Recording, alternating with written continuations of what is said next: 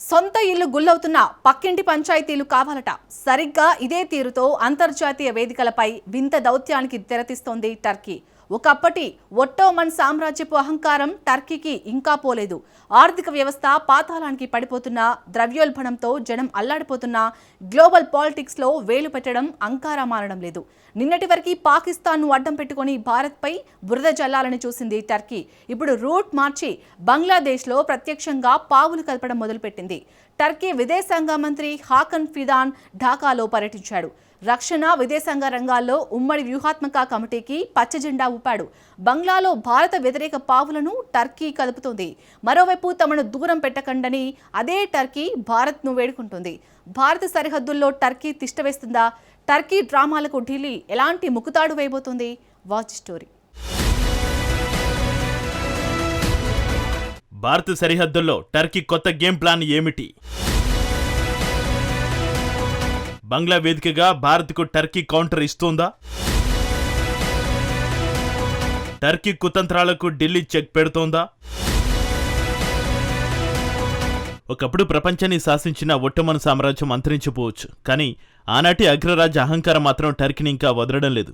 సరిగ్గా చెప్పాలంటే చింత చచ్చినా పులుపు చావలేదన్నట్టుగా ఉంది టర్కీ అధ్యక్షుడు ఎర్డోగాన్ తీరు. అంతర్గతంగా ఆర్థిక సంక్షోభాలు, ద్రవ్యోల్బణంతోటి టర్కీ కొనరిల్లుతున్నా అంతర్జాతీయంగా మాత్రం తానేదో గ్లోబల్ లీడర్ అన్నట్టు బిల్డప్ ఇస్తున్నాడు ఎర్డోగాన్. తాజాగా భారత సరిహద్దు దేశమైన బంగ్లాదేశ్లో టర్కీ విదేశాంగ మంత్రి హాకన్ ఫిదాన్ పర్యటించాడు. బంగ్లాతో రక్షణ, విదేశాంగ రంగంలో వ్యూహాత్మక కమిటీ ఏర్పాటుకు ప్రతిపాదించాడు. ఇరు దేశాలు రక్షణ రంగంలో సహకారానికి అంగీకరించాయి. అయితే గతంలో పాకిస్తాన్ను అడ్డం పెట్టుకుని భారత్పై బురద చల్లేందుకు టర్కీ తీవ్రంగా ప్రయత్నించింది. ఇప్పుడు బంగ్లాదేశ్ వేదికగా దక్షిణ ఆసియాలో సరికొత్త వ్యూహాత్మక పావులను కదుపుతోంది. ఇదంతా కేవలం దౌత్య సంబంధాల విస్తరణేనా, లేక భారత్ను చుట్టుముట్టే మరో అంతర్జాతీయ కుట్రకు పునాదా అన్న సందేహాలు వ్యక్తమవుతున్నాయి. భారత సరిహద్దులో టర్కీ సరికొత్త గేమ్ ప్లాన్కు శ్రీకారం చుడుతోందా అంటే అవుననే సమాధానం వస్తోంది. నిజానికి సొంత దేశంలో ఆర్థిక వ్యవస్థ అతలాకుతలం అవుతోంది. పాత సామ్రాజ్యవాద కాంక్షతో గ్లోబల్ పాలిటిక్స్ లో అంకారం వేలు పెడుతోంది. కాశ్మీర్ అంశంలో ఎప్పుడు పాకుకు వత్తాసు పలికే టర్కీ ఇప్పుడు బంగ్లాదేశ్లోకి రక్షణ ఒప్పందాల పేరుతో భారత సరిహద్దుల్లోకి మళ్లీ అడుగుపెట్టింది. రక్షణ, విదేశాంగ వ్యవహారాల్లో భారత పొరుగు దేశంలో పట్టును పెంచుకోవాలని టర్కీ చూస్తోంది. నిజానికి అంతర్జాతీయ వేదికలపై భారత్ను ఇరకాటంలో పెట్టేందుకు టర్కీ చాలా కాలంగా ప్రయత్నిస్తోంది. ముఖ్యంగా ఐక్యరాజ్య సమితి వేదికగా కాశ్మీర్ అంశాన్ని లేవనెత్తుతూ పాకిస్తాన్కు వెన్నుదన్నుగా నిలవడం అంకారకు అలవాటుగా మారింది. అయితే ఇటీవలి కాలంలో భారత దౌత్య వ్యూహాల ముందు పాకిస్తాన్ ఒంటరి కావడంతో టర్కీ తన రూటు మార్చింది. నేరుగా భారత పొరుగు దేశాలపై గురిపెట్టింది. అందులో భాగంగానే ఇప్పుడు బంగ్లాదేశ్ను ఎంచుకుంది. ఢాకాతో రక్షణ, విదేశాంగ రంగాల్లో మంత్రిత్వ శాఖల స్థాయి కమిటీని ఏర్పాటు చేయడం ద్వారా దక్షిణాసియా రాజకీయాల్లో తానే ఒక ప్రధాన శక్తిగా ఎదగాలని ఎర్డోగాన్ కలలు కంటున్నాడు. ఈ వ్యూహాత్మక చదరంగంలో టర్కీ కేవలం దౌత్య బంధాలకే పరిమితం కావడం లేదు. రక్షణ రంగంలో ఉమ్మడి భాగస్వామ్యం, సైనిక పరికరాల ఉత్పత్తి అంటూ సరికొత్త ముసుగు తొడుగుతోంది. ఇప్పటికే పాకిస్తాన్కు అత్యాధునిక డ్రోన్లు, నౌకలను సరఫరా చేస్తోంది. భారత్కు సరిహద్దుల్లో టర్కీ సవాలు విసురుతోంది. ఇప్పుడు బంగ్లాదేశ్ సైనిక అవసరాలను ఆసరగా చేసుకుని ఆ దేశ రక్షణ వ్యవస్థలోకి చొరబడాలని చూస్తోంది. భారత్కు అత్యంత కీలకమైన, సున్నితమైన తూర్పు సరిహద్దులో టర్కీ సైనిక ఉనికి పెరగడం అంటే అది ఖచ్చితంగా ఢిల్లీకి ఒక హెచ్చరిక లాంటిది. మరోవైపు రోహింగ్యా శరణార్థుల సంక్షేమాన్ని కూడా టర్కీ తన స్వార్థ రాజకీయ ప్రయోజనాల కోసం వాడుకుంటుందనే విమర్శలు ఉన్నాయి. టర్కీ విదేశాంగ మంత్రి హాకన్ ఫిదాన్ ఢాకాలోని కాక్స్ బజార్లోని శరణార్థుల శిబిరాలను సందర్శించాడు. కాక్స్ బజార్లో మానవతా సహాయ కార్యక్రమాలను టర్కీ విస్తరిస్తోంది. దీంతో ముస్లిం ప్రపంచానికి తానే రక్షకుడినని చాటుకునే ప్రయత్నం దాగి ఉంది.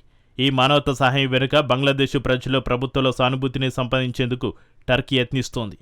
ఆ దేశంలో చైనా, పాక్ తరహాలోనే పట్టును పటిష్టం చేసుకోవాలని అంకారా స్కెచ్ వేసింది. అయితే అక్కడ గమనించాల్సిన మరో కోణం ఉంది. చైనా ఇప్పటికే బంగ్లాదేశ్లో భారీగా పెట్టుబడులు పెట్టింది. స్ట్రింగ్ ఆఫ్ పెరల్స్ వ్యూహంతో భారత్ను చుట్టుముట్టే ప్రయత్నం బీజింగ్ చేస్తోంది.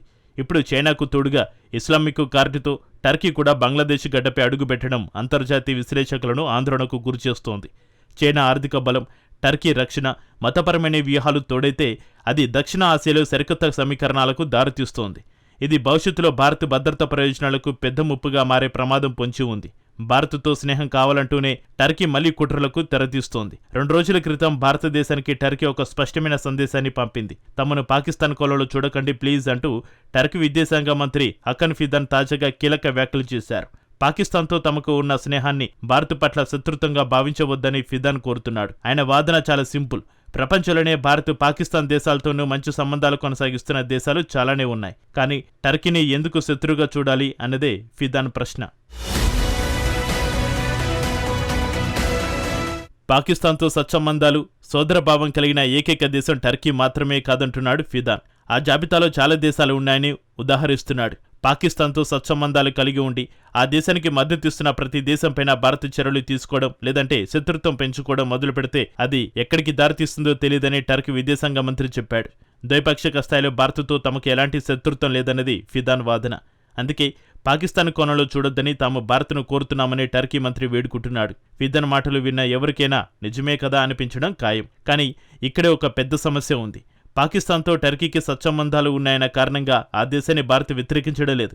కానీ టర్కీ తీరు వేరు. అంతర్జాతీయ వేదికలపై భారత్ సార్వభౌమాధికారాన్ని సవాల్ చేస్తోంది. పాక్ ఉగ్రవాద ఎజెండాకు తెర వెనుక మద్దతు ఇస్తోంది. ఇప్పుడు మమ్మల్ని పాకిస్తాన్ కొలలో చూడకండి అనడం ముమ్మాటికి టర్కీ ద్వంద్వ నీతికి అర్థం పడుతోంది. పైకి శాంతి కబుర్లు చెబుతూనే లోపల భారత వ్యతిరేక శక్తులతో చేతులు కలపడం అంకారకు మొదటి నుంచి అలవాటే. సౌదీ అరేబియా, యుఏఈ లాంటి ఇస్లామిక్ దేశాలు సైతం కాశ్మీర్ అంశంపై భారత అంతర్గత నిర్ణయాలను గౌరవిస్తున్నాయి. కాశ్మీర్లో వేల కోట్ల పెట్టుబడులు పెడుతున్నాయి. కానీ టర్కీ మాత్రం ఇస్లామిక్ ప్రపంచానికి సుల్తాన్ కావాలనే పిచ్చితో పాకిస్తాన్ మద్దతు కోసం నిరంతరం భారత్ను టార్గెట్ చేస్తూనే ఉంది.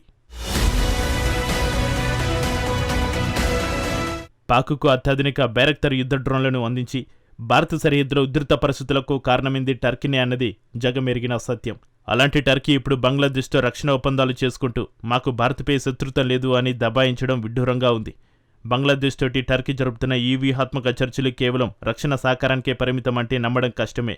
ఎందుకంటే బంగ్లాదేశ్ చుట్టూ 3 వైపులా భారత సరిహద్దులు ఉన్నాయి.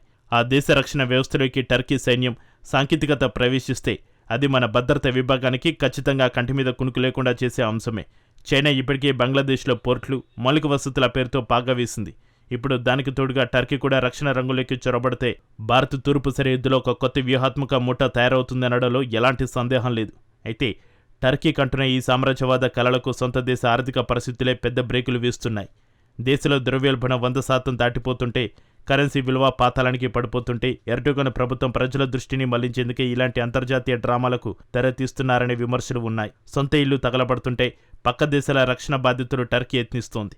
తమ ఆర్థిక సంక్షోభాన్ని కప్పిపుచ్చుకోవడానికి, దక్షిణాసియాలో ఉనికి చాటుకోవడానికి టర్కీ ఆడుతున్న మైండ్ గేమ్ ఇది.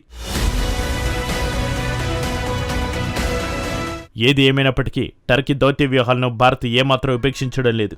పాకిస్తాన్, చైనాల కుతంత్రాలను బంగాళాఖాతంలో ఢిల్లీ కల్పేసింది. ఇప్పుడు బంగ్లా వేదికగా టర్కీ పావులను నిశితంగా గమనిస్తోంది. మమ్మల్ని పాకు కోణంలో చూడొద్దని వేడుకుంటున్న టర్కీ విదేశాంగ మంత్రి మాటల వెనుక ఉన్న అసలు రంగు భారత్కు బాగా తెలుసు. మరి టర్కీ కదుపుతున్న ఈ సరికొత్త గేమ్ ప్లాన్కు ఢిల్లీ తన ఆముల పొదిలోంచి ఏ దౌత్యాస్త్రాన్ని ప్రయోగించబోతోంది, అంకారా వీస్తున్న వ్యూహాత్మక అడుగులకు ఎలా చెక్ పెట్టబోతోంది అన్నది త్వరలో తెలనుంది.